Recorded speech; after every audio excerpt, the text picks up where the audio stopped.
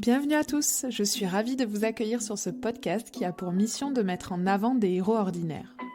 Les personnes que vous allez entendre ont décidé de se battre chaque instant dans un quotidien bouleversé par une maladie, un accident, un handicap ou une épreuve qui a chamboulé leur vie. Je m'appelle Pauline, je suis sensible depuis toujours aux histoires et parcours de vie atypiques et j'ai décidé qu'il était temps de mettre à profit mon accent chantant pour faire ce que j'aime le plus au monde. Partager et échanger avec des personnes remarquables et inspirantes. J'espère que ces témoignages vous aideront à mieux vivre vos petits et grands pépins. Aujourd'hui, je suis ravie de vous retrouver afin de vous partager ma discussion avec Michael Worms-Herminger.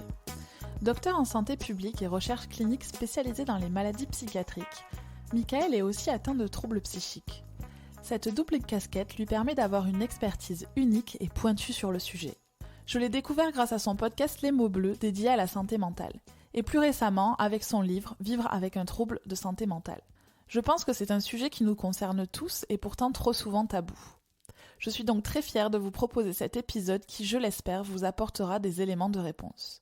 Mais je n'en dis pas plus, je vous laisse découvrir ma conversation avec Michael Worms-Herminger. Bonjour Michael, merci d'avoir accepté mon invitation sur Pépin. Je n'ai encore jamais osé aborder le sujet de la santé mentale sur le podcast. C'est un sujet que je ne maîtrise pas du tout et qui, je dois l'avouer, m'intimide un peu. Pourtant, on en parle de plus en plus dans les médias et on aborde de plus en plus facilement le sujet, mais cela reste quand même difficile. Selon toi, pourquoi la santé mentale est tabou ? Bonjour Pauline, merci pour ton invitation. C'est vrai que la santé mentale, c'est un sujet dont on parle beaucoup depuis la Covid en fait, alors que c'est un sujet en fait qui devrait être évoqué comme la santé tout court, puisque la santé mentale, ça fait partie de la santé. La santé a plusieurs pans, physique, mental, social. Et c'est vrai qu'en fait, là, on en parle de plus en plus, mais sans vraiment dire de quoi on parle. Et c'est ça qui fait qu'on a un peu du mal aujourd'hui à voir les résultats de cette communication qui grandit sur la santé mentale depuis quelques années. C'est qu'en fait, on utilise santé mentale à toutes les sauces, dans toutes les communications, mais aucune des personnes, ni qui créent les campagnes, ni celles qui les écoutent, ne savent donner une définition de santé mentale. Donc en fait, on en parle, mais on ne sait pas vraiment de quoi on parle. Parfois, on parle de développement personnel, parfois, on parle de maladies psychiatriques, parfois, on parle juste de bien-être un peu diffus. Et c'est vrai que c'est compliqué, et je pense que ça contribue aussi au fait qu'aujourd'hui, on a du mal à en parler, parce que le tabou, c'est plus forcément un tabou maintenant, on en parle quand même, enfin les jeunes générations en parlent quand même plus facilement maintenant, entre elles, même avec les adultes. Voilà, il y en a beaucoup qui arrivent à sensibiliser leurs parents aussi, voilà, quand ils traversent des épreuves, leurs parents peuvent être bienveillants, compréhensifs, les accompagner. Mais c'est vrai que ça reste difficile quand on sort du cadre de la maladie psychiatrique. Parler de santé mentale, c'est compliqué. Et je pense que c'est ça qui contribue aussi au fait qu'on en parle relativement peu. En fait, on en parle beaucoup d'un côté, mais relativement peu quand même, parce que en fait, on ne sait pas vraiment ce qu'on met derrière. Oui, d'ailleurs, ça va faire partir de mes questions, parce que comme je t'ai dit, je n'y connais pas grand-chose, donc je me suis dit, on va revoir les bases. Et j'avais une petite question annexe à cette introduction. Est-ce que tu sais s'il y a des pays où la parole est un peu plus libérée sur ce sujet ?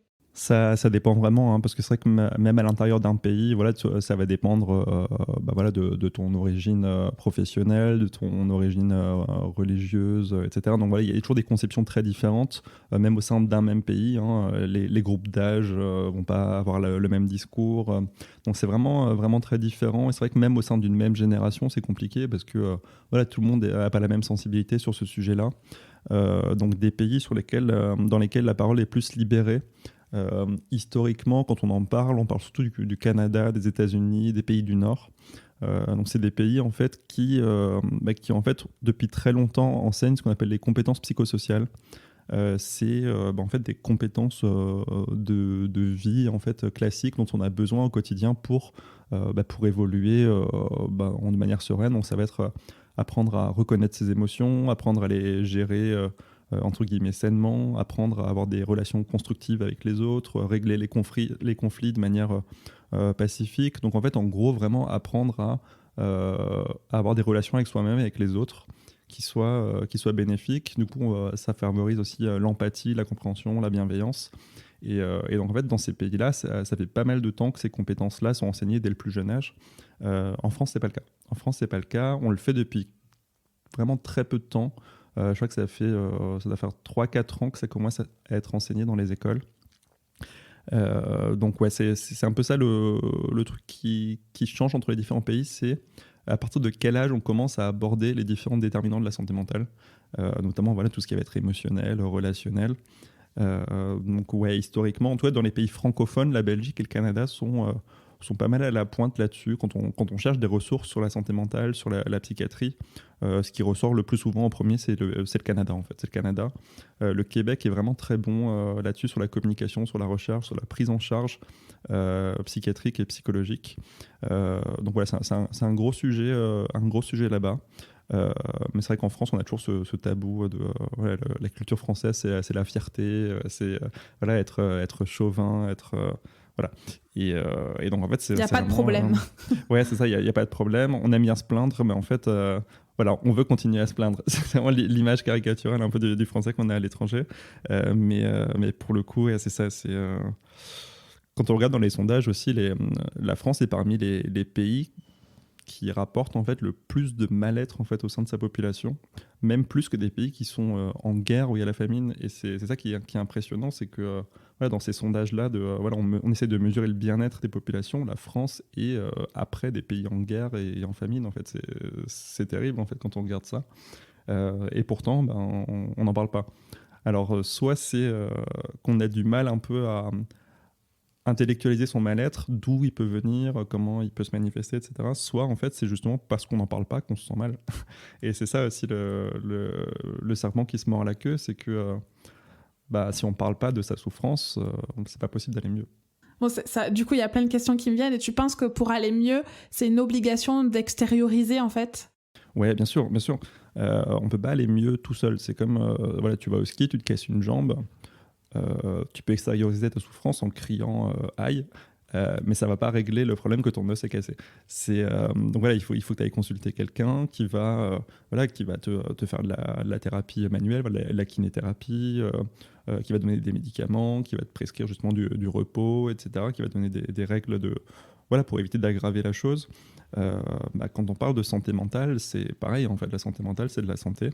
Quand on a un mal-être, si on le garde pour soi, surtout le mal-être psychique, en fait, comme c'est pas mal de mécanismes de pensée qui se mettent en place, qui tournent en boucle, le mal-être, quand on le garde pour soi, il a tendance un peu à s'amplifier. En fait, ça fait un peu boule de neige parce qu'on va ruminer dessus et en fait, il va s'amplifier, il va s'amplifier, il va s'amplifier jusqu'à ce qu'on se dise en fait, là, j'en peux vraiment plus. Et en fait, il n'y a pas d'aide, personne ne comprend et en fait, on finit par s'isoler. Et l'isolement, c'est encore pire pour la santé mentale. Donc vraiment, il y a ce truc-là de... en fait, quand il y a un mal-être physique, on va chez son médecin. Quand il y a un mal-être psychique, on va chez un psychologue ou un psychiatre. Et c'est ça qu'on a un peu du mal à accepter aujourd'hui parce qu'on a toujours cette image de le psychologue, ça va être le psychanalyste. Voilà, ça va être la caricature un peu. Ça va être je vais aller sur un divan parler de ma mère.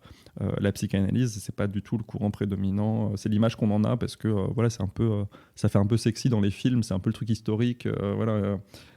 Mais aujourd'hui, les psychologues, beaucoup ont une approche beaucoup plus moderne, qui ne se fonde pas du tout là-dessus, qui est beaucoup plus fondée sur des preuves scientifiques. Et le psychiatre, c'est pour les fous. Le psychiatre, c'est pour les fous. On ne se dit jamais que je sais pas, ma sœur s'est suicidée. Du coup, je suis en deuil. Voilà, c'est tout à fait normal d'être en deuil. Mais quand un deuil dure très longtemps et qu'il a des gros impacts sur la vie quotidienne, etc., là, ça devient ce qu'on appelle un deuil pathologique. Et il faut aller consulter en fait, parce que ça peut dégénérer, ça peut devenir beaucoup plus grave. Et à quel moment, aujourd'hui, dans la population générale, on se dit ma soeur s'est suicidée, je suis en deuil, je vais aller voir un psychiatre. Aujourd'hui, quand on dit je vais voir un psychiatre, ça veut dire je vais être dans la salle d'attente avec des personnes avec une schizophrénie, des personnes qu'on assimile aussi au danger, à la violence, etc. Alors que c'est pas du tout le cas. Donc ouais, c'est ça le problème en fait, c'est que il faut en parler, mais en parler à qui et comment on fait pour se décider à franchir le pas en fait du cabinet. Mais en tout cas, oui, on le sait aujourd'hui, il y a pas mal d'études dessus, que la thérapie, en tout cas par la parole, fonctionne très bien sur la plupart des troubles psychiques. D'ailleurs, les troubles psychiques les plus fréquents, c'est la dépression et les troubles anxieux. Et on sait que pour les dépressions les plus courantes, donc ça va être les dépressions légères ou modérées, la psychothérapie est plus efficace que les médicaments. Donc typiquement, c'est des pathologies, des troubles qu'on peut traiter pas facilement, mais en tout cas qu'on peut régler de manière efficace avec une thérapie. Là, pareil, en fait, quand on pense psychiatrie, maladie mentale, on pense à des médicaments.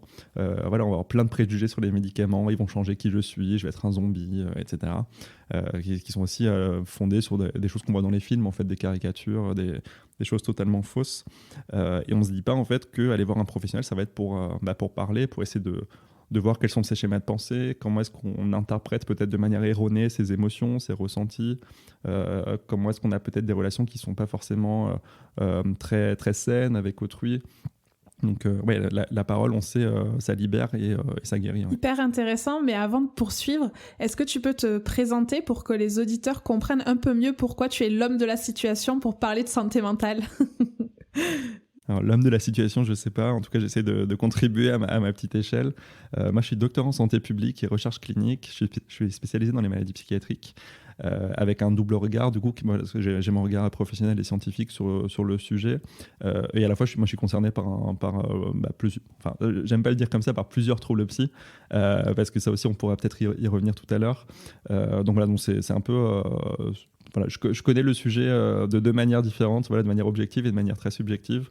De manière objective par mon parcours professionnel et universitaire, et de manière très personnelle parce que ça fait 28 ans que je vis avec des troubles psychiques. Et moi, je te connais aussi, grâce au podcast Les mots bleus, où tu reçois des témoignages justement liés à la thématique de la santé mentale, et aussi grâce à ton livre qui s'appelle « Vivre avec un trouble de santé mentale », aux éditions Marabout. Et du coup, on y reviendra plus tard sur quelques passages de ton livre où j'ai des petites questions. Ouais. Mais afin de mieux te connaître, j'ai une petite question brise-glace. Est-ce que tu peux me donner un chiffre entre 1 et 5 ? 5. Alors, la question 5, c'est est-ce que tu peux nous décrire 24 heures dans ta vie quotidienne ? Alors, c'est compliqué. Hein. C'est compliqué parce que... mes journées ne se ressemblent pas. J'ai cet avantage-là d'être en indépendant. Maintenant, je travaille de manière indépendante. Donc, ça dépend vraiment de la journée. Mais souvent, je me lève vers 7h30, 8h. Je prends mon petit déj, je vais promener mon chien. Et puis, je fais un peu mon planning de la journée. Je me mets à travailler sur ce que j'ai à faire. Donc, voilà. Ce qui est sympa dans mon métier, c'est comme je fais pas mal de recherches et de conseils, ça va être beaucoup de lecture, en fait, de veille sur ce qui se passe. Donc c'est des choses qui m'intéressent vraiment. Donc finalement, c'est du travail, un peu du travail passion, entre guillemets. Donc en fait, je sais jamais vraiment quand je suis en train de travailler ou pas, parce qu'en fait, ce qui m'intéresse aussi à côté du travail, c'est aussi ce qui m'intéresse dans le travail. Donc c'est un peu ça qui est cool. Donc voilà, je passe ma journée à faire ce que j'ai à faire. Ça va être soit du conseil sur des podcasts, soit des dossiers d'expertise pour des institutions, des rapports, des recherches, écrire des articles. Donc voilà, c'est vraiment hyper divers. Puis à midi et demi, je mange. Je me fais une petite pause, parfois une petite sieste.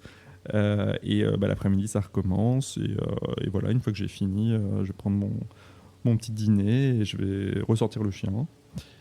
Puis voilà, après ça va être lecture sur le canapé ou dans le lit, ou regarder une série, et puis dodo. Donc une journée un peu classique.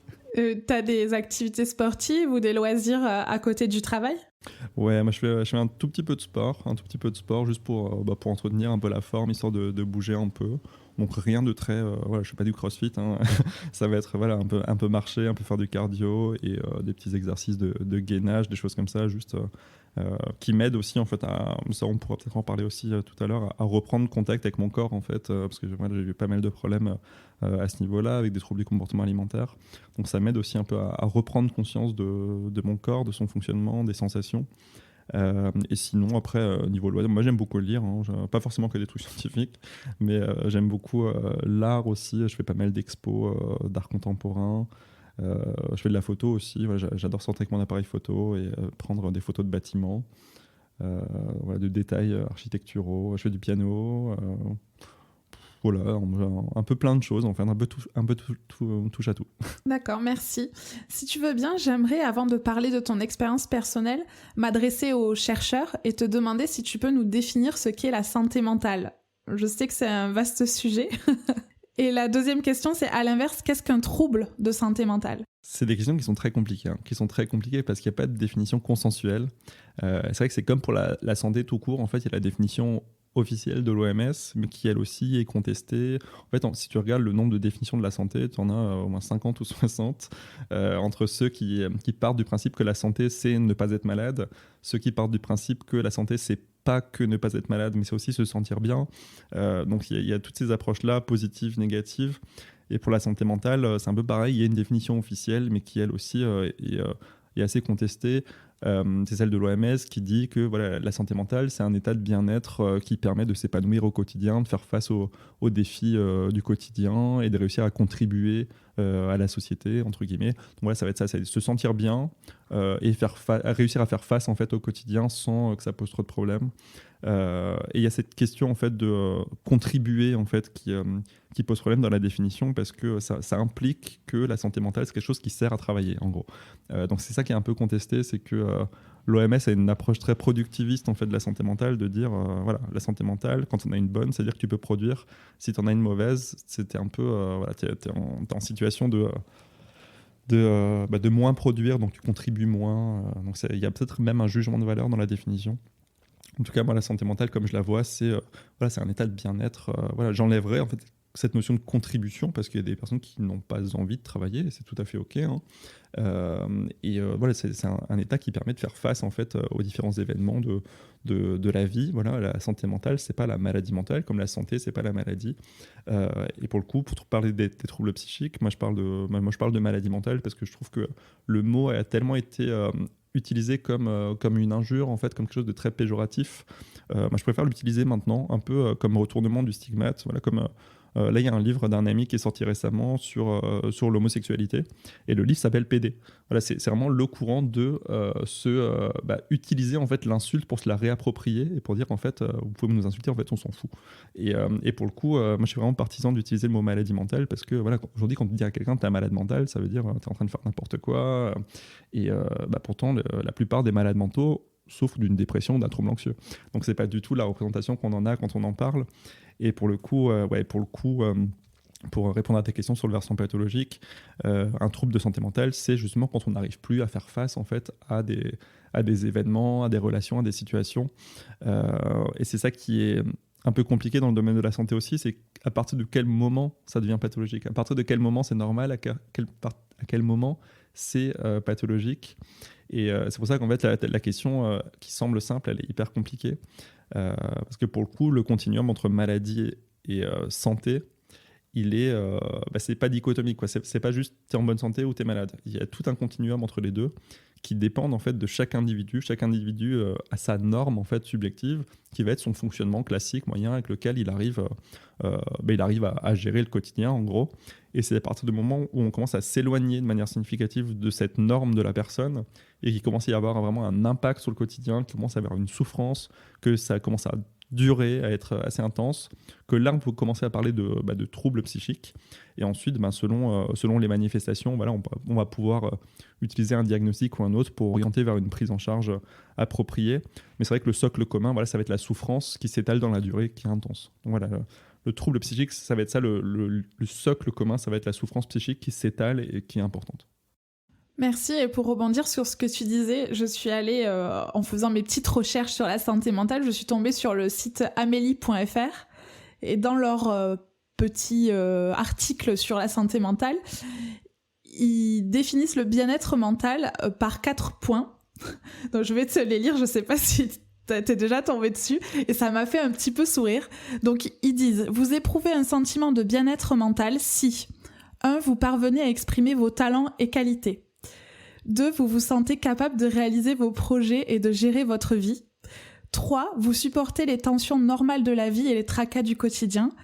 4. Vous jouez un rôle actif au sein de votre famille, de vos amis, de votre communauté et dans votre travail ou dans vos études. Quand j'ai lu ça, je me suis dit, alors on a tous des troubles mentaux, parce que c'est quand même assez exigeant pour être en bonne santé mentale de cocher les 4 cases, quoi. Donc voilà, ça m'a fait un peu sourire. C'est toujours ce problème-là, c'est en fait, on sait tellement pas comment en parler que en fait, on banalise les choses un peu. Ce qui fait que, en fait, n'importe qui lit, je sais pas, un tableau des symptômes de la dépression, tout le monde va se dire, j'ai une dépression, en fait. C'est ça, en fait, c'est que, en fait, tous les symptômes des troubles psy sont des choses qu'on connaît tous au quotidien, en fait. C'est juste que, voilà, dans la dépression, par exemple, on peut avoir du mal à dormir ou trop dormir, on peut avoir du mal à manger ou trop manger. Voilà, il peut y avoir énormément de choses, en fait, qui sont des choses banales du quotidien, mais c'est quand elles s'ajoutent, qu'elles commencent à durer longtemps et qu'elles commencent à avoir un vrai impact sur le quotidien, qui va pouvoir y avoir vraiment, on va pouvoir parler justement d'un trouble psychique, parce que voilà, il y a une personne qui va, par exemple, pendant quelques jours ne pas avoir envie de manger. Ça ne veut pas dire qu'elle est malade, ça veut peut-être dire que comme il fait 35 degrés dehors, elle n'a pas forcément super faim. C'est vraiment ce truc-là qu'il faut garder à l'esprit, c'est que s'il n'y a pas de souffrance, il n'y a pas de maladie. Parce que la maladie, à la base, l'expérience de la maladie, c'est se sentir mal. Si tu te sens pas mal, il n'y a pas de maladie. Il peut y avoir des symptômes, mais à partir du moment où tu ne les vis pas comme expérience, il n'y a pas de maladie. S'il n'y a pas d'impact, de répercussion sur toi ou sur autrui, on ne peut pas parler de pathologie. Je crois que tu as un petit peu répondu à la question déjà, mais je me demandais s'il y avait une différence entre trouble et maladie mentale, enfin trouble mental et maladie mentale. Il y a la même différence entre impuissance et dysfonction érectile. En fait, c'est des mots qui veulent dire exactement la même chose. Il y en a un qui est politiquement correct et l'autre qui est moins bien vu, qui est plus péjoratif. Tu vois, quand tu parles de dysfonction érectile, ça fait un peu terme médical, un peu... voilà, on va guérir. Quand tu parles d'impuissance, ça fait plus le mec il peut pas, quoi. Et pour le trouble psychique, en fait, c'est pareil. Ça fait très très peu de temps qu'on utilise trouble psychique, en fait. On a toujours parlé de maladie psychiatrique ou de maladie mentale. En fait, ça veut dire la même chose. C'est juste que trouble psychique, c'est un peu la version lissée et politiquement correcte de maladie mentale. Mais c'est la même chose. Quels sont les facteurs de risque psychosociaux d'avoir un trouble de santé mentale ? Alors, les facteurs de risque pour les troubles de santé mentale, le premier facteur, en fait, ça va être la composante génétique. Très souvent, en fait, les troubles psychiques sont héritables, en fait, d'une génération à l'autre. Quand on regarde dans la famille de quelqu'un qui, par exemple, souffre d'une schizophrénie, qu'on va faire des études génétiques sur sa famille, on va se rendre compte que souvent, il y a des gènes qui sont impliqués dans la maladie, qui vont être retrouvés chez plusieurs personnes. Et au-delà de la génétique, il y a aussi toute la composante d'histoire familiale, en fait, parce que, par exemple, pour le tabac, on sait que le tabac, qui est un trouble addictif, hein, c'est une maladie psychiatrique, le tabagisme, hein, quoi qu'on en dise aujourd'hui, c'est tellement banalisé qu'on s'en rend plus compte, mais c'est une addiction, c'est un trouble d'usage de substances avec dépendance. Le tabagisme se transmet souvent par mimétisme, en fait. Quand on a des parents qui fument, on a beaucoup plus de chances que l'enfant fume ensuite que si les parents sont non-fumeurs. Et là, en fait, il y a vraiment une interaction aussi entre la génétique et l'histoire familiale. C'est que souvent, on a des gènes qui sont prédisposants à avoir plus d'effet de la nicotine. Et en plus, le fait de voir ses parents, ça va inciter à le faire. Et du coup, comme on va le faire, on va se rendre compte que ça nous fait beaucoup de bien. En tout cas, sur l'instant, alors qu'en fait, ça ne fait pas de bien du tout. Donc, du coup, il va y avoir ça. Donc ça va être composante biologique, génétique, composante familiale, historique, et toute la composante environnementale, en fait. Donc ça va être vraiment environnement au sens large. Ça va être typiquement comment ça s'est passé à l'école. Est-ce que tu étais maltraité par tes profs? Est-ce que tu étais harcelé par tes camarades? Est-ce que tu as eu des événements traumatisants? Et aussi sur les composantes familiales, il y a aussi tous les modes de pensée, en fait, qu'on apprend quand on est jeune. Quand on a des parents qui sont hyper pessimistes, hyper négatifs, on va grandir avec un filtre négatif sur le monde, en fait. Quand on a des parents qui disent que tout est nul, que tout va mal, qu'il n'y a aucune solution à rien, généralement on arrive à l'adolescence et à l'âge adulte avec une vision du monde qui est quand même assez noire et qui risque de prédisposer justement au développement de certains troubles. Donc il y a ces trois composantes-là dont on parle aujourd'hui. Ça s'appelle le modèle biopsychosocial. Donc voilà, cause biologique, génétique, cause psychologique, et pour le coup, tout ce qui va être mode de pensée, histoire familiale, etc. Et social, donc ça va être tout l'environnement social autour. Et donc ça comprend l'environnement, et même au niveau de l'environnement physique, aujourd'hui, on sait par exemple qu'il y a beaucoup plus de personnes qui sont diagnostiquées avec une schizophrénie quand elles ont grandi dans une ville plutôt que quand elles ont grandi à la campagne. Donc il pourrait y avoir aussi quelque chose avec le stress en lien avec le bruit, la pollution, la cadence de vie qui n'est pas forcément la même, qui est moins reposante, qui est plus entre guillemets stressante. Il y a d'autres choses aussi. Maintenant, on se rend compte qu'il y a pas mal de choses qui peuvent être liées aussi à des inflammations du cerveau qui peuvent être liées à certaines pathologies. Ça, on s'en rend compte de plus en plus.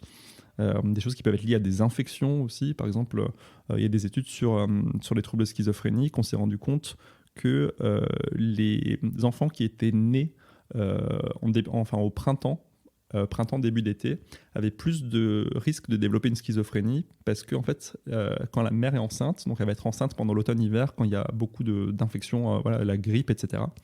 Et en fait, comme beaucoup plus de mères sont exposées à la grippe dans ces mois-là, en fait, les enfants qui vont naître après vont avoir certains troubles qui vont être déclenchés, en fait, entre guillemets, par le fait que la mère a été infectée pendant la grossesse.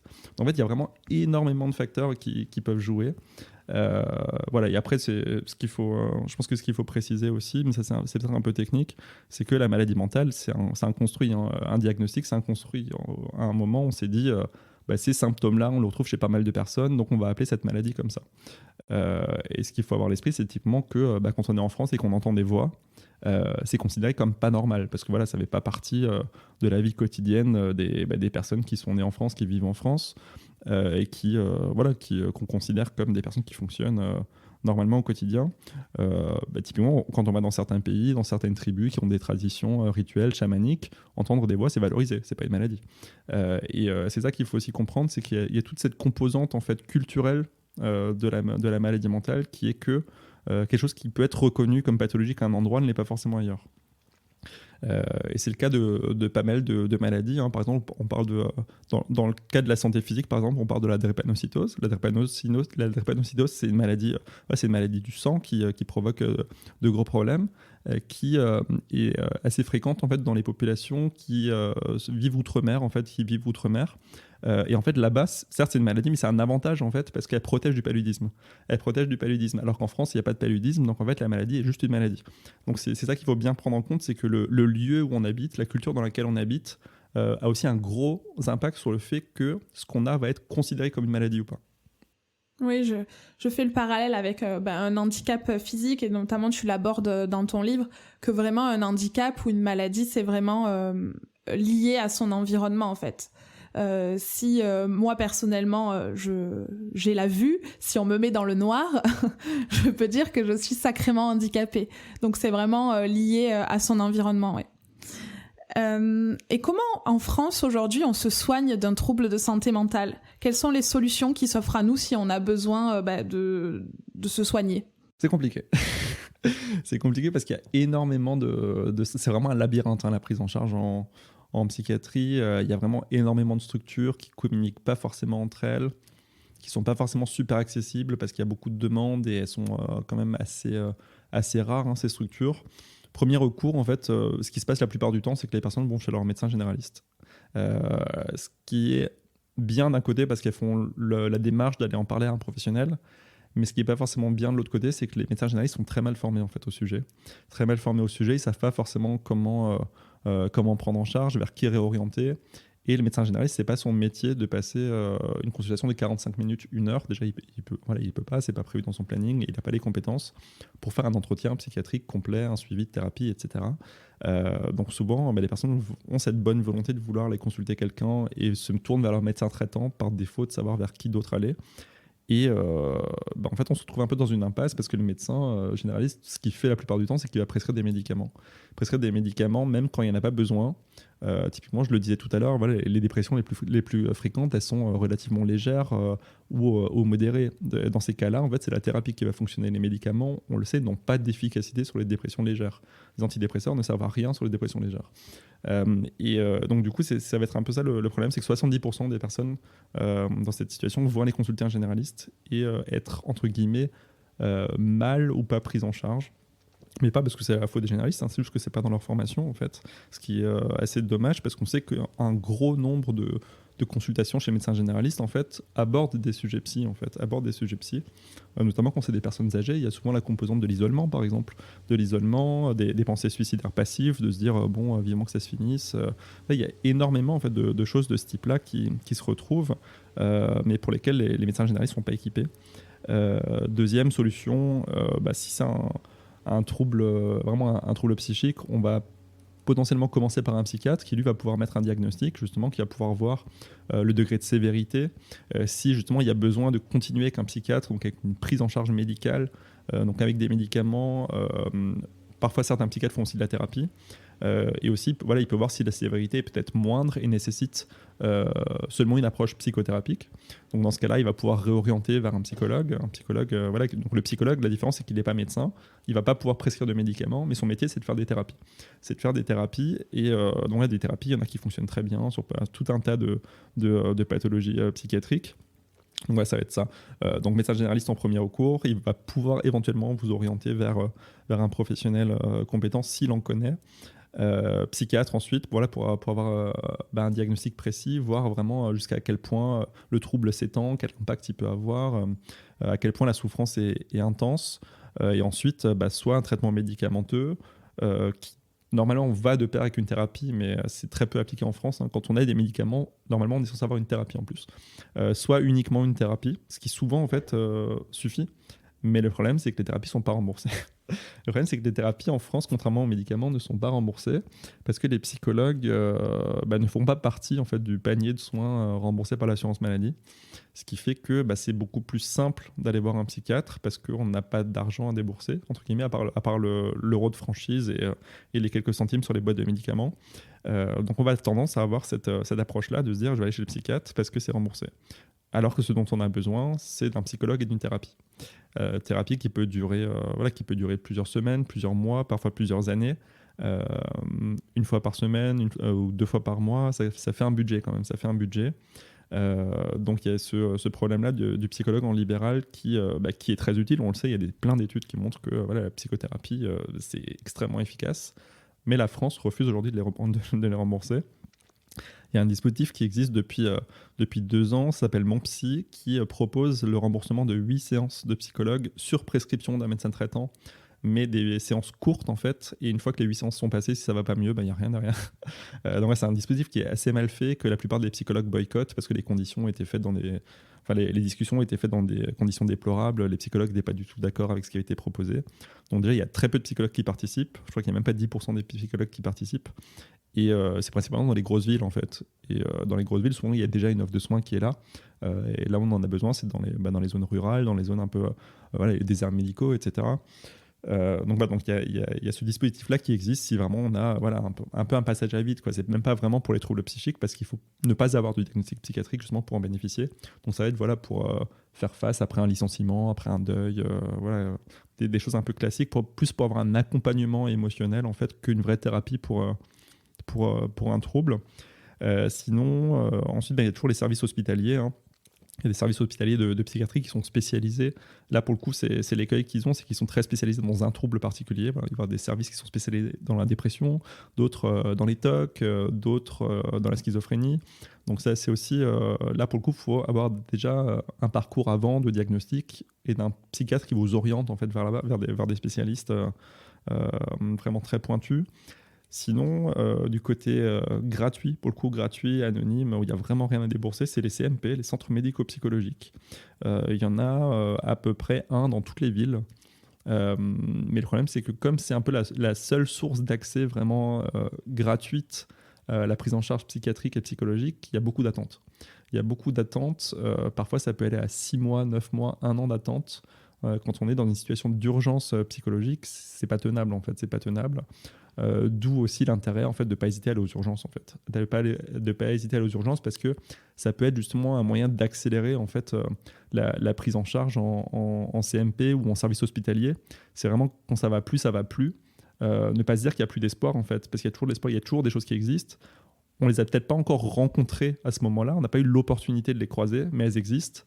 Et souvent en fait il faut un passage vraiment un passage un peu entre guillemets, où on va passer en force, quoi. Les urgences, en général, quand on arrive aux urgences avec un trouble psychique et qu'on va vraiment très mal, si on tombe sur un médecin qui est bien, il va prendre en compte cette souffrance-là et il va faire en sorte que ça aille mieux le plus vite possible parce que c'est aussi dans son intérêt. En fait, il n'a aucun intérêt à avoir un patient qui va aller de plus en plus mal et qui risque de se suicider, par exemple.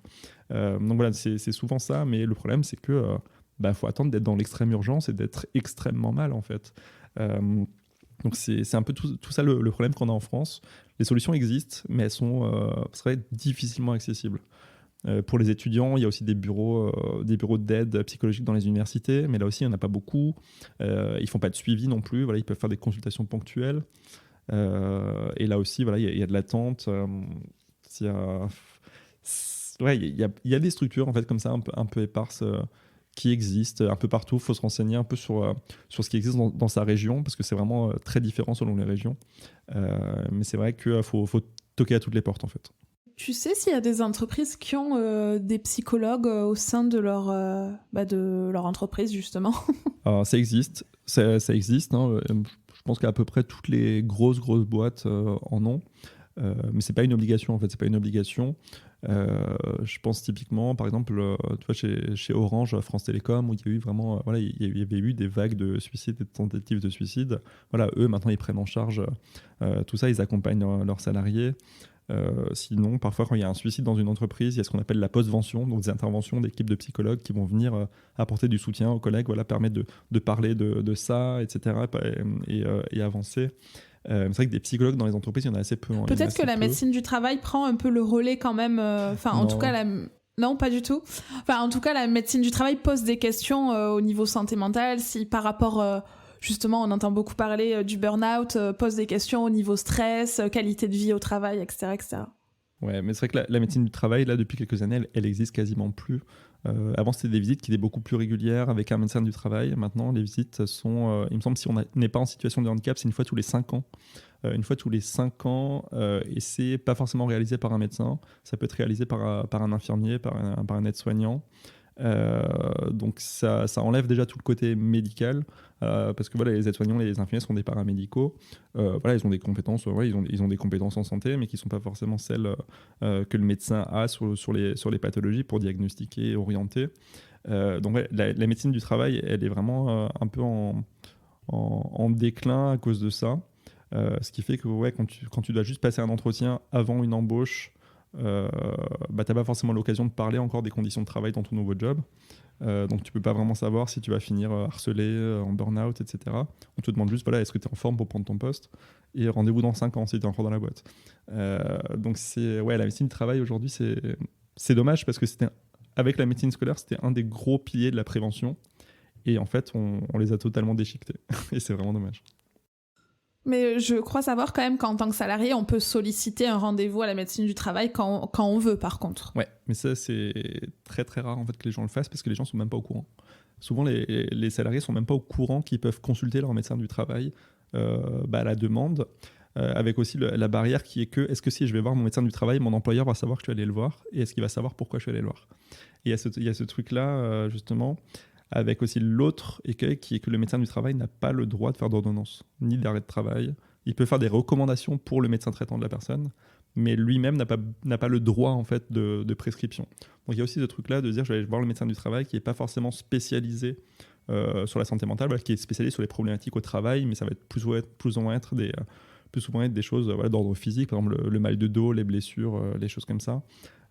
Maintenant, certes, de plus en plus, on parle de burn-out, de harcèlement. C'est vrai que le médecin du travail lui-même, il peut proposer des choses, mais si c'est pas suivi derrière, c'est délicat. Moi, j'ai eu ce cas-là pendant ma thèse, en fait. Donc j'étais salarié de l'université dans laquelle je faisais ma thèse, parce que j'avais un contrat doctoral. Et le médecin du travail que j'ai vu, parce que du coup, comme je suis reconnu par la MDPH, donc j'ai une visite par an. J'ai parlé au médecin du travail des problèmes que je rencontrais, parce que l'hôpital était très loin de chez moi, donc j'avais beaucoup de transport. J'étais très isolé aussi sur le lieu de travail, j'avais pas de collègues, etc. Donc voilà, ça pesait vraiment sur mon moral.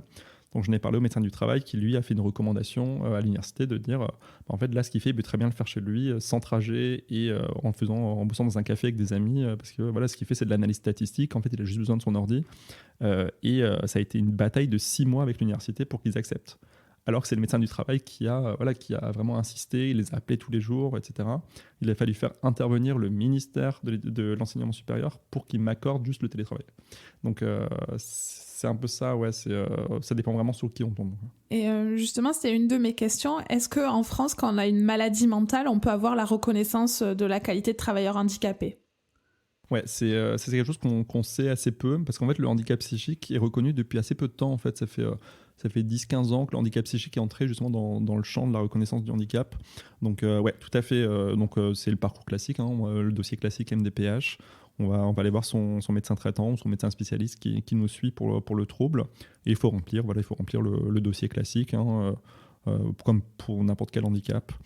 Et après, la MDPH, comme c'est départemental, on peut être reconnu dans un département et pas dans un autre. C'est toujours ça le problème avec la MDPH. J'ai eu ce cas de figure dans mon entourage, une personne qui avait une RQTH et droit à l'âge dans une région qui a déménagé ailleurs. Et donc, quand on déménage, il faut refaire une demande dans le département où on déménage et qui, pour le coup, n'a plus été reconnu. Donc, il y a ce problème-là, c'est qu'on est reconnu dans le département où on habite. Mais oui, en tout cas, c'est possible, hein. Moi, pour le coup, j'ai une RQTH et j'ai le droit à la hache. Bon, je la touche pas parce que je travaille à côté, mais en tout cas, si je travaillais pas, j'y aurais droit. Mais oui, c'est tout à fait possible, Notamment, la RQTH, c'est quand même assez facile d'accès, entre guillemets, quand on arrive à montrer qu'il y a un trouble qui peut avoir un impact sur le travail. C'est une bonne protection. C'est une bonne protection vis-à-vis de son employeur, même si, en plus, on n'est pas obligé de le dire à l'embauche, hein, qu'on a une RQTH. On peut s'en prévaloir après sans l'avoir dit. Il y a ce droit au silence qui existe. Donc, n'hésitez pas, si vous avez un trouble psychique, à demander cette RQTH. Ça peut vraiment vous servir dans l'emploi pour vous protéger. D'accord. Si tu veux bien, on va parler un peu plus de ton livre, donc Vivre avec un trouble de santé mentale. Dans ton livre ou dans le podcast que tu animes, Les mots bleus, tu dévoiles que tu es atteinte de plusieurs troubles, comme le syndrome Gilles de la Tourette, des TOC, de l'anorexie, de la boulimie et de la dépression. Selon toi, lequel de ces troubles est le plus handicapant au quotidien ? Franchement, c'est ce que je disais tout à l'heure, c'est que parfois ça peut faire un peu liste à l'après-vert de se dire j'ai ça. Et c'est un peu ça qui est un peu remis en question aujourd'hui dans le débat en psychiatrie, c'est que de moins en moins, en fait, on parle de troubles. Ça commence un peu à se frayer un chemin. C'est que plutôt que de dire la personne a X, Y, Z, la personne est en souffrance et ça se manifeste comme ça, en fait. Il y a ce processus psychique qui est impliqué et en fait, cette souffrance-là, elle se manifeste de différentes manières. Parce que très souvent, en fait, un trouble psychiatrique, ça vient pas tout seul. Souvent, il y a 2, 3, 4 troubles en fait, qui viennent ensemble. Typiquement dans le syndrome de Gilles de la Tourette, qui pour le coup n'est pas une maladie psychiatrique, hein, c'est une maladie neurologique. Au départ, c'est un trouble du mouvement comme la maladie de Parkinson. Ça va souvent de pair avec des TOC. Par exemple, ça va quasiment tout le temps ensemble. Dans beaucoup de cas, il y a aussi un trouble de l'attention qui va avec. Il y a des troubles du sommeil, il y a de l'anxiété. Donc en fait, c'est ça, on va se dire, en fait, la personne, elle a ça. En fait, non, elle a un socle commun. Et ça, en fait, il se trouve que c'est très souvent associé à d'autres choses. Et là, pour le coup, le syndrome de la Tourette, les tics vont très souvent avec les TOC. Moi, c'est mon cas. Il y a l'anxiété qui va avec. Il y a la dépression qui va très souvent aussi avec. Et puis, dans ma famille, il y a aussi des prédispositions aux troubles du comportement alimentaire, dont j'ai hérité aussi. Et donc, très souvent, dans la dépression, il va y avoir des problèmes de niveau alimentaire. Et puis, moi, forcément, je suis tombé dedans aussi. Puis, ça s'entretient. Quand on est dénutri, on est encore plus déprimé. Donc il y a tout ça qui va ensemble, mais à la base il y a un socle commun qui va être la souffrance psychique qui va s'exprimer en fait de plusieurs manières. Donc te dire aujourd'hui lequel est le plus handicapant, je ne saurais même pas te dire parce qu'en fait tout marche ensemble, tout va ensemble, tout est lié, il y a un noyau commun qui est que j'ai une souffrance psychique, mais aujourd'hui c'est aussi un message d'espoir que je peux donner. Aujourd'hui ça va bien et je me sens pas forcément handicapé dans mon quotidien, depuis que j'ai une bonne prise en charge, que j'ai les médicaments qu'il me faut, la thérapie qu'il me faut, le soutien qu'il me faut, que j'arrive à en parler avec mon entourage. En fait, là, je me sens plus handicapé. En fait, je me sens plus handicapé. J'arrive à faire ce que j'ai envie de faire. Je rencontre pas de difficultés particulières. Avec aussi cet avantage qui est, comme je disais, je travaille en indépendant, donc s'il y a des journées où je suis fatigué, je peux aussi me permettre de prendre cette journée off, ce qui n'est pas le cas des personnes qui sont salariées. Mais en tout cas, aujourd'hui, j'ai l'impression d'avoir réussi à adapter ma vie en fait, à mes vulnérabilités. Et comme tu disais, le handicap, c'est que dans un contexte. Et en fait, quand tu arrives à changer le contexte, le handicap, il n'existe plus en fait. Et oui, c'est une des questions que je voulais te poser. Dans ton livre, tu dis que tu t'es pas débarrassé de tes troubles, mais que ton rapport au monde aujourd'hui est radicalement différent de celui que tu avais auparavant. Et j'étais curieuse de savoir, est-ce que tu peux un peu préciser un peu plus tes propos et nous dire s'il y a eu un déclic en particulier ou si au final c'est le résultat du travail que tu as fait sur toi-même depuis plusieurs années? Ouais, alors du coup, pour parler de cette vision du monde, moi, ma vision du monde, elle était assez négative, assez pessimiste, de me dire, je suis en souffrance, je sais pas quoi faire, personne ne peut m'aider, Donc est-ce que la vie vaut vraiment la peine d'être vécue en fait? En gros, moi j'ai eu des pensées suicidaires pendant très longtemps, de me dire en fait, je vaux rien en fait, tout le monde se fout de ma gueule à cause de mes tics, puis personne comprend mes tocs, puis je suis tout le temps en dépression, donc les gens en fait ils ont plus envie de me voir. Donc c'est vraiment le truc, on vit dans un monde qui est noir quoi. Il y a plus de lumière nulle part, il y a plus d'espoir. Et en fait, moi, le déclic, il est venu quand même très, très, très tardivement. Parce que, comme je l'ai dit, donc, mes tics, ils ont commencé quand j'avais 5 ans. J'ai 33 ans aujourd'hui, j'ai toujours des tics d'ailleurs. Parce qu'il n'y a pas de traitement qui existe. Voilà, j'ai appris à vivre avec. Mais pour le coup, le vrai déclic que j'ai eu, c'est pendant le deuxième confinement, là, le couvre-feu. Donc, j'étais vraiment au fin fond de l'anorexie. Je pesais moins de 50 kilos alors que je fais 1m80. Et j'étais vraiment dénutri. Et là, en fait, mon corps a dit stop. Ce qui a fait qu'en fait, par rapport à ça, par rapport au trouble du comportement alimentaire, je suis allé consulter parce que mon corps en pouvait plus. En fait, j'étais ce soir-là sur le point de me suicider. Et du coup, je suis allé justement aux urgences psychiatriques ce soir-là en expliquant la situation. Et c'est à partir de ce moment-là, en fait, que j'ai commencé à avoir une vraie prise en charge adéquate pour, au départ, les troubles du comportement alimentaire qui vont mieux aujourd'hui. Mais pour le coup, pour la dépression qui va avec, pour l'anxiété qui va avec, et pour tout le reste, en fait, parce que, comme je l'ai dit, tout va ensemble. Et donc, la thérapie que je fais aujourd'hui avec ma psychiatre, qui pour le coup, elle prescrit des médicaments et fait de la thérapie, elle travaille sur tout, en fait. Elle travaille sur tout. Donc, le déclic, ça a été ça, en fait, de me retrouver, en fait, au bord du gouffre, et de me dire, est-ce que je saute ou est-ce que je vais avoir de l'aide, en fait. Et pour le coup, j'ai choisi de ne pas sauter. Et depuis, en fait, ça va mieux. Depuis, ça va mieux, et cette prise en charge vraiment adaptée en fait à ma situation. C'est compliqué à trouver aussi un psychiatre avec qui ça se passe bien.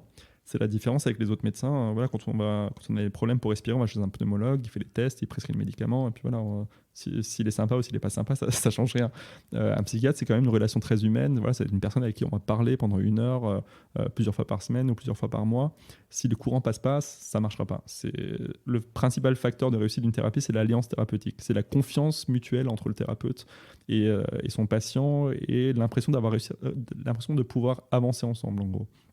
Donc ça aussi, parfois on essaye plusieurs, ce qui peut être compliqué quand on est en dépression assez sévère. Aller solliciter plusieurs professionnels, attendre chaque rendez-vous, essayer, raconter tout le temps sa dépression, ça peut être compliqué. Moi, pour le coup, j'ai eu cette chance-là de tomber sur une psychiatre qui est vraiment très bien, que je vois depuis 1 an et demi maintenant. Et ouais, c'est comme ça que j'ai commencé à aller mieux. Et donc, c'était vraiment ce déclic, c'était de me dire maintenant je me. Donc, ça veut dire qu'il y a des psychiatres qui font aussi de la psychothérapie. Ouais, il y a des psychiatres c'est assez rare, hein, mais il y en a qui font les deux. Ouais. Ce que j'ai trouvé aussi intéressant dans ton livre, c'est que tu parles de la difficulté d'évoquer une douleur psychique par rapport à la douleur physique. Tu écris qu'il y a beaucoup d'adjectifs pour exprimer la douleur, ça pique, ça brûle, etc. Mais finalement, peu pour exprimer la douleur psychique. Et je trouve qu'il y a une difficulté supplémentaire, car j'ai l'impression que si on a un problème de santé mentale, c'est forcément de notre responsabilité, alors qu'un problème physique, on est peut-être un peu plus considéré comme victime. Je sais pas ce que t'en penses, parce que ça nous tombe dessus. Et comment tu expliques le manque d'empathie pour les troubles de santé mentale ? Je l'explique pas. En fait, je pense que ça revient justement à ce dont je parlais tout à l'heure là, sur les compétences psychosociales. C'est qu'on a vraiment beaucoup de mal justement à s'imaginer l'état dans lequel peut être une personne qui a un trouble qu'on n'a jamais connu. C'est ça qui est difficile parce que voilà, on s'est tous un jour brûlé, piqué, coincer un doigt dans une porte ou je sais pas quoi. On sait ce que ça fait en fait d'avoir mal physiquement. Quand on n'a jamais connu une souffrance psychique intense comme voilà la dépression, les envies suicidaires, etc. C'est compliqué de se dire, voilà, on voit quelqu'un qui se brûle, on va se dire, ah ouais, on va sentir la douleur de la brûlure en fait, on va pouvoir se la représenter. Quand on a quelqu'un qui est vraiment extrêmement triste, voilà, qui a des pensées suicidaires en face de soi, l'empathie, elle intervient comment ? Parce qu'en fait, on n'a pas de référentiel quand on n'a jamais connu ces choses-là. On n'arrive pas à savoir comment la personne se sent à l'intérieur. On peut pas se dire, ah voilà, elle est en train de brûler. Non, en fait, on ne sait pas. On n'arrive pas à se mettre en communion avec la personne, de ressentir, en fait, d'essayer de ressentir la même chose. Donc c'est aussi ça qui fait que souvent c'est assez incompris en fait. Et comme voilà, les troubles les plus fréquents, c'est quand même les troubles dépressifs qui induisent la plupart du temps voilà, une baisse d'activité, une baisse de motivation, la perte de plaisir, etc. Ça peut être perçu par l'entourage qui ne comprend pas comme en fait t'es juste un feignant qui a peu envie de rien faire et tu veux qu'on s'occupe de toi et puis pour attirer l'attention, je sais pas quoi, parce qu'on n'arrive pas à comprendre de l'extérieur que c'est une vraie douleur en fait, c'est une vraie douleur qui paralyse. Donc je pense que c'est surtout ça en fait en partie qui explique qu'on a du mal à avoir de l'empathie pour les personnes avec un trouble psychique, c'est qu'on n'arrive pas à se représenter ce que ça fait en fait. On n'arrive pas à se représenter ce que ça fait. Et c'est vrai que pour ça en fait, à part des témoignages vraiment complets, c'est difficile de savoir. Quand une personne qui a un peu de recul sur son trouble vient en parler, dit comment elle se sentait, qu'elle sentait la tête qui tourne, comme si elle avait le vertige, qu'elle était en train de tomber dans un trou noir ou autre. Là, on peut se dire, ok, on peut commencer à comprendre comment on peut se sentir à ce moment-là. Mais c'est vrai que c'est très difficile quand on n'y est pas formé, quand on n'y est pas sensibilisé. Et ça, c'est quelque chose qui est difficile aujourd'hui, parce que comment est-ce qu'on fait pour montrer aux gens comment on se sent dans son corps, dans sa tête, dans son esprit à ce moment-là, quand il n'y a pas de comparaison possible avec ce qu'une autre personne qui n'a jamais vécu peut connaître. Donc c'est ça qui est un peu problématique et sur lequel on essaie de travailler au maximum. Mais là aussi, il y a des choses qui ont été développées un peu. Par exemple, pour comprendre les personnes qui entendent des voix, notamment dans la schizophrénie, par exemple, il y a des expériences qui ont été montées tu rentres dans une salle et en fait tu mets un casque et ça fait comme si tu étais en train d'entendre des voix. Sauf que ça, en fait, on sait aujourd'hui, donc à la base ça partait d'une bonne intention, on sait aujourd'hui que ça participe à stigmatiser en fait, plus que ça n'aide à comprendre le trouble.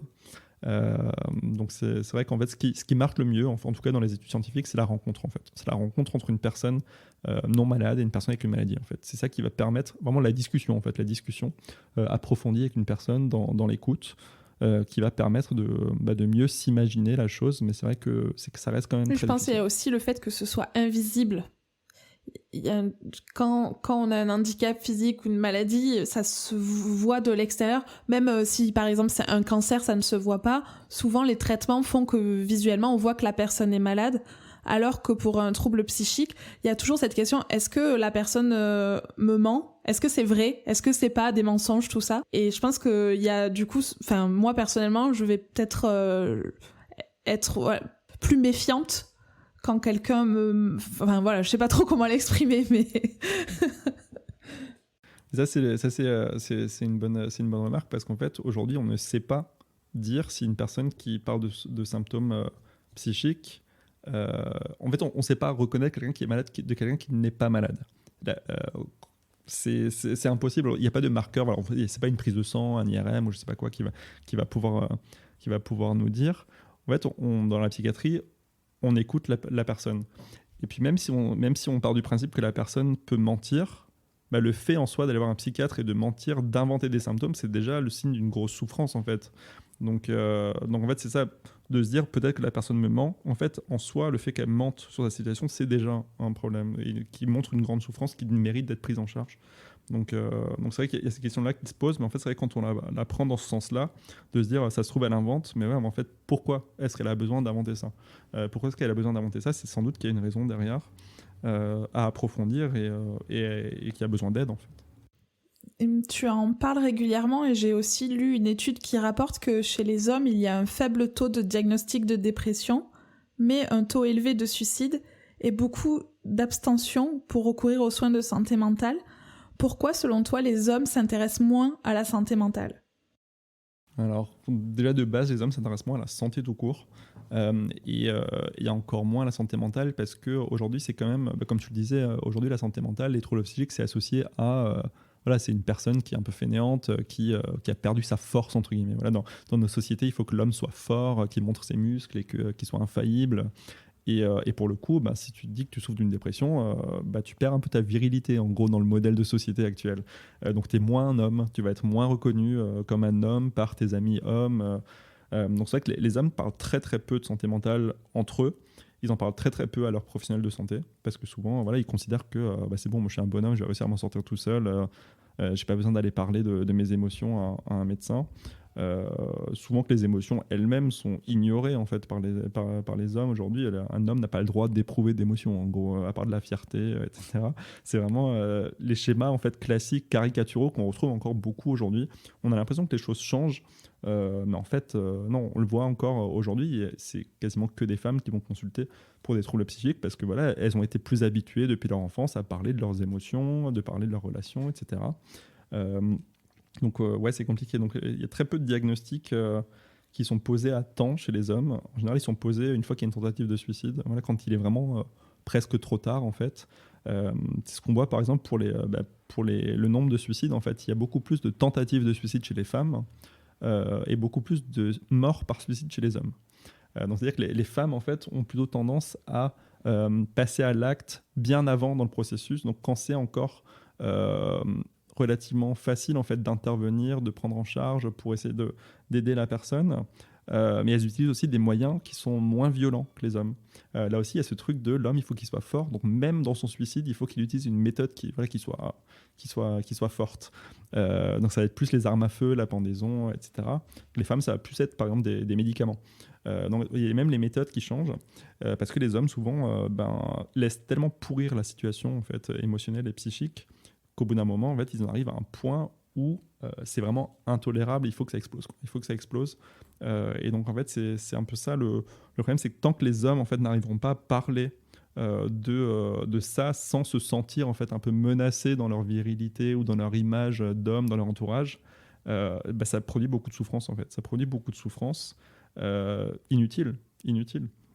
Parce qu'en plus, très souvent, donc quand les femmes vont avoir plutôt tendance à parler à leurs amis, à leurs proches, ou aller voir un psychologue de leurs problèmes émotionnels, psychologiques, affectifs, relationnels, les hommes, en fait, ils vont plutôt avoir tendance à aller acheter un paquet de clopes ou une bouteille d'alcool. C'est très souvent ce qu'on retrouve, c'est les troubles addictifs, en fait, qui viennent remplacer la prise en charge psy chez les hommes. Sauf que le tabac, une personne sur deux en meurt. Et l'alcool, quand on sombre dans l'alcool, c'est souvent... ça va être une perte d'emploi, une perte de sa famille, divorce, désocialisation, perte d'argent. Donc finalement, ça va s'entretenir. Donc voilà, c'est ça. C'est que les hommes, aujourd'hui, il y a peu de sensibilisation qui est faite, mais aussi à raison, parce qu'en fait, on s'en rend compte sur les auditeurs du podcast aussi. Hein, on a 80% de femmes. Et les hommes qui nous écoutent, souvent, c'est des professionnels de santé. Ça intéresse très très peu, en fait, les hommes, ces sujets-là. Donc c'est ça, on peut faire de la sensibilisation, mais comment est-ce qu'on fait pour qu'elle soit écoutée parce que c'est sympa de faire des affiches dans la rue, mais si elles sont regardées par personne, ça sert à rien. Donc comment est-ce qu'on arrive à atteindre les hommes là aujourd'hui, il y a de plus en plus de sportifs par exemple qui en parlent, des sportifs, des acteurs qui sont connus, qui parlent de leurs troubles de santé mentale, mais à quel point est-ce que ça va réussir à se diffuser dans la population, c'est encore quelque chose qui est assez flou parce que c'est quand même très récent. Donc on verra dans les années à venir si ça change et si les hommes ont plus tendance à les consulter, à en parler. Donc ça, c'est un espoir que j'ai, que je nourris et en tout cas auquel j'essaie de contribuer. Ouais, peut-être changer un peu l'image que peut avoir le fait d'aller chez un psychologue, peut-être se dire on va pas chez un psy quand on a un problème, mais on peut aller chez un psy parce qu'on veut être une meilleure version de soi-même, par exemple. Oui, c'est ça. En fait, on va chez un médecin, pas pour ne plus être malade, on va chez un médecin pour aller mieux, en fait. Pour aller mieux, et pareil pour le psychologue. Et c'est ça qu'il faut réussir à avoir à l'esprit, et c'est compliqué, hein, c'est que... aujourd'hui, en France, quand on va voir un médecin, c'est parce qu'on est malade. On n'y va pas autrement. Parce qu'en fait, la prévention n'est pas valorisée en France. La prévention n'est pas rémunérée par les médecins, s'ils font de la prévention, ils ne sont pas rémunérés pour, ou très peu, sur certains critères très spécifiques. Donc en fait, en France, on a cette relation magique aux médecins et aux médicaments qui est je suis malade, je vais chez le médecin, j'ai un médicament, ça va mieux. Et pas justement le raisonnement inverse de je vais éviter de m'exposer à telle situation pour ne pas avoir besoin d'aller chez le médecin et prendre un médicament. Donc voilà, c'est tout ce schéma en fait qu'il faudrait inverser, comme c'est le cas dans certains pays. Voilà, par exemple, quand on parle de la médecine chinoise aujourd'hui, par exemple, enfin la médecine telle qu'elle se pratique en Chine, pas la caricature qu'on peut voir parfois dans les films ou autres de ce qui peut se pratiquer par exemple en France. La médecine chinoise, c'est quasiment que de la prévention en fait. Le médecin ne souhaite pas voir ses patients parce que sinon ça veut dire qu'il a mal fait son travail.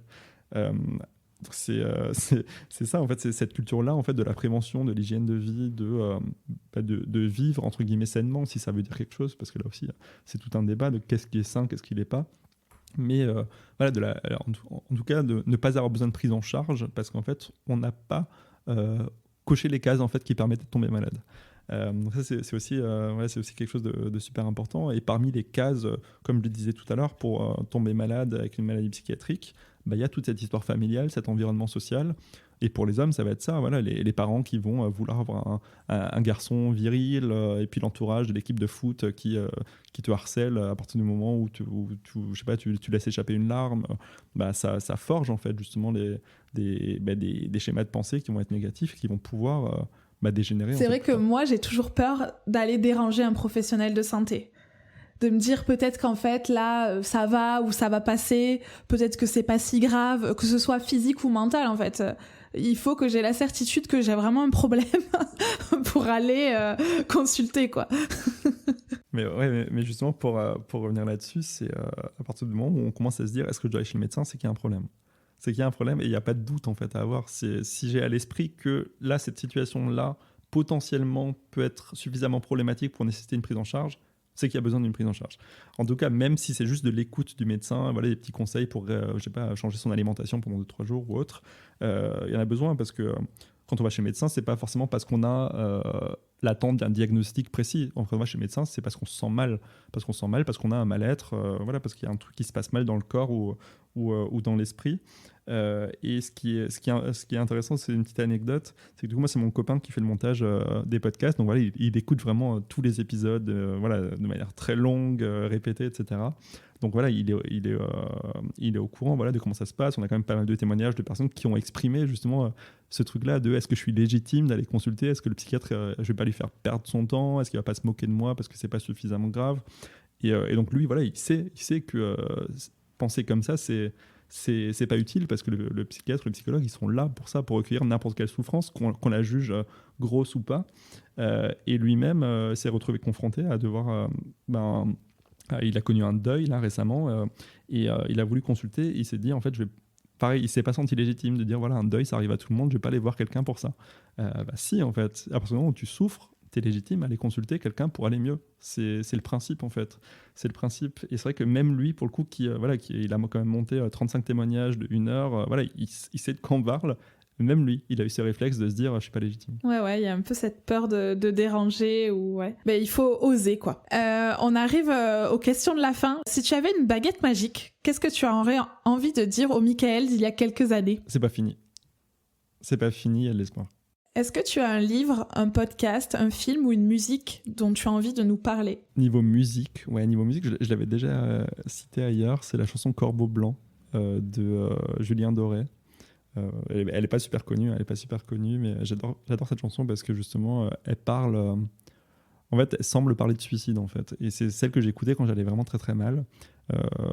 Ça commence par Ce soir je vous quitte. Voilà, c'est vraiment ça. En fait, il y a très peu de paroles. Hein, ça tourne beaucoup en boucle, mais en gros, les principales paroles, c'est ça, c'est Ce soir je vous quitte, quoi. Et du coup, c'est ce que j'écoutais en fait quand ça allait vraiment pas bien. C'était une manière peut-être d'exorciser les envies suicidaires, de se dire, en fait, plutôt que de les faire, je vais les écouter, peut-être que ça passera. Et puis finalement, c'est passé. Et c'est une très belle chanson en plus. D'accord, merci. Est-ce que tu as une citation ou un mantra qui te motive au quotidien ? Ouais, il y en a une que je cite tout le temps, c'est Sénèque qui avait écrit « Il n'est de vent favorable qu'à celui qui sait où il va ». Donc en gros, si tu sais pas où tu veux aller, en fait, tu peux pas y arriver. Et donc c'est vraiment de se fixer des objectifs et pas avancer à l'aveugle. Sinon ça peut pas fonctionner en fait. Quand tu veux faire quelque chose, il faut d'abord savoir pourquoi, comment et où tu veux aller. Et là en général ça marche en fait. C'est une fois que tu t'es posé toutes les bonnes questions que tu peux te lancer, tu sais où tu vas aller, que tu vas réussir à y aller. Plutôt que enfin, parfois ça peut marcher, hein, mais la plupart du temps ça échoue de se lancer tête baissée dans un truc sans vraiment savoir où tu vas.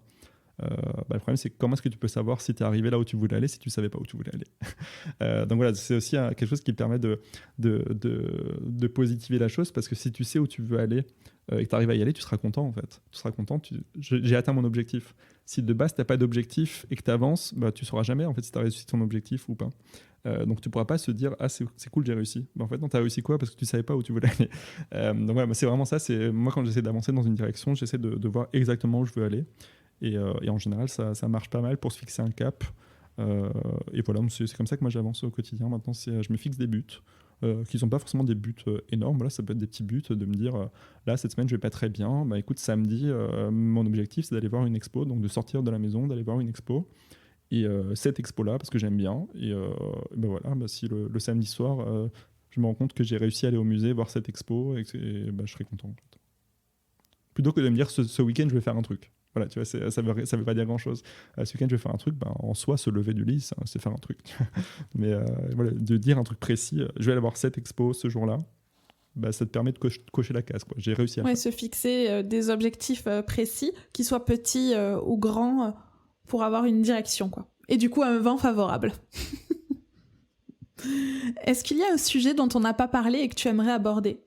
Ouais, je pense qu'on veut brièvement évoquer le sujet des rétablissements.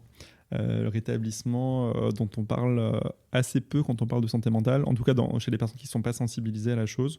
Voilà, quand une personne est hospitalisée, qu'elle se casse une jambe ou autre, on lui envoie des fleurs, bon rétablissement. Mais finalement, quand on dit rétablissement santé mentale, aujourd'hui, il y a très peu de gens qui savent ce que ça veut dire. En gros, le rétablissement, c'est atteindre un état où on n'est pas guéri de sa maladie, parce que très souvent, en fait, les maladies psychiatriques ne se guérissent pas, elles se prennent en charge, elles peuvent être soignées, mais la plupart du temps, elles ne peuvent pas être guéries, sauf certaines, comme la dépression par exemple. C'est de réussir à vivre en fait, avec ces troubles, de dépasser en fait, les handicaps qui peuvent représenter dans notre environnement, et de réussir à vivre avec, en fait, comme on peut vivre avec un diabète. Voilà. On a un diabète, on l'a à vie, et en fait, on arrive à vivre avec parce qu'on a réussi à adapter son alimentation, on a réussi à appliquer des conseils d'hygiène de vie qui sont adaptés, on prend son traitement, etc. Et ça, c'est quelque chose dont on n'a pas forcément confiance. On se dit, par exemple, une personne qui a une schizophrénie, elle est condamnée à vie, voilà, à vivre dans la maladie, à vivre très mal, etc. On peut très bien vivre aujourd'hui avec un trouble schizophrénique, avoir un travail, être en couple, habiter de manière autonome, avoir des enfants. Et c'est ça qu'on appelle le rétablissement, c'est de réussir en fait à mener une vie banale malgré la maladie. De quoi es-tu le plus fier aujourd'hui ? D'être vivant. Qu'est-ce que tu as envie que l'on retienne de ton témoignage ? Que c'est possible d'aller mieux et surtout que c'est possible d'aller bien, malgré la maladie. Et qu'est-ce que l'on peut te souhaiter pour l'avenir ? La vie. Ok. Merci beaucoup, Michael. C'était hyper intéressant et presque il faudrait reprévoir un autre épisode parce que j'avais par exemple des questions sur les idées reçues sur les hôpitaux psychiatriques aussi. C'est des sujets, je pense, assez intéressants. Enfin, voilà. Et comment aussi on vit la maladie par rapport à ses proches. Comment on peut communiquer avec eux pour que ça se passe bien. Enfin bref, plein de questions qui restent en suspens. Mais la bonne nouvelle, c'est que tu as fait un podcast sur le sujet qui s'appelle Les mots bleus. Et je mettrai d'ailleurs tout ça dans les notes de l'épisode, que ce soit ton livre ou le podcast. Voilà. Donc merci beaucoup pour ta participation à Pépin. Merci pour ta disponibilité. Et je te souhaite la meilleure vie possible pour l'avenir. Merci Pauline. Et voilà, cet épisode est terminé. Merci pour votre écoute et merci à Michael pour sa confiance. N'oubliez pas d'aller faire un tour dans les notes de l'épisode si vous souhaitez contacter Michael ou découvrir son podcast et son livre sur la santé mentale. Une dernière chose avant de vous quitter, si vous avez aimé cet épisode et que vous souhaitez me soutenir, n'hésitez pas à laisser un avis sur Apple Podcast ou Spotify ou à en parler autour de vous. Cela m'aidera beaucoup à faire connaître Pépin Podcast. Merci et à très vite pour un prochain épisode.